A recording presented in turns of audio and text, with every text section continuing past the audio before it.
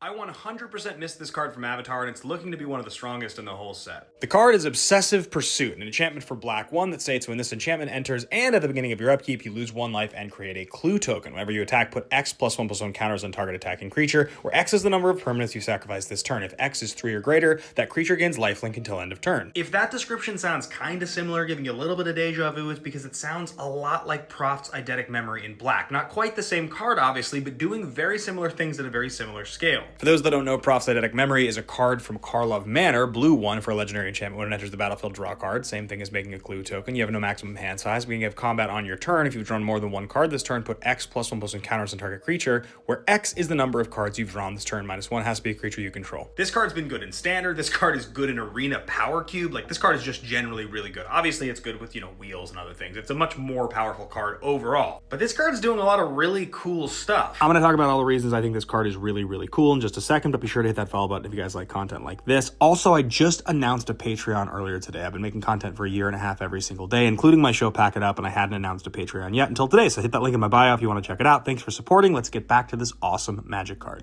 I mean, right on its face, the art here is actually beautiful, and just like the idea of Obsessive Pursuit with Zuko and kind of what this means to the story in Avatar, that's its own thing that's just very, very cool. But the idea that this enters the battlefield, you lose a life and make a clue token, so you get value right away. Then the next turn, when you untap, you're going to make another clue. So now you've got 2 artifacts in play, you've made 2 tokens, and on top of that, if you have any kind of sacrifice outlet, let's say you're playing this in an artifact deck with like an Arcbound Ravager or anything that allows you to sacrifice lots of artifacts, you're going to go into combat. You're going to give something a huge plus, right? You're going to make something gigantic, presumably, if this is like in a black-white aristocrats deck with tons of tokens. Similar idea, and that thing is going to get lifelink. It's one of those cards that's good anyway. Like, this card is just generally going to be good in many decks, no matter if it's hugely synergistic or it's just a value piece, this card's gonna do a lot. But in the decks it's good in sacrifice-based decks, right? And in specifically in artifact sacrifice-based decks, where this thing, by the time you untap with it, makes you 2 artifact tokens, there's a lot to like about Obsessive Pursuit. I think this is one of the strongest cards in Avatar that I've seen so far,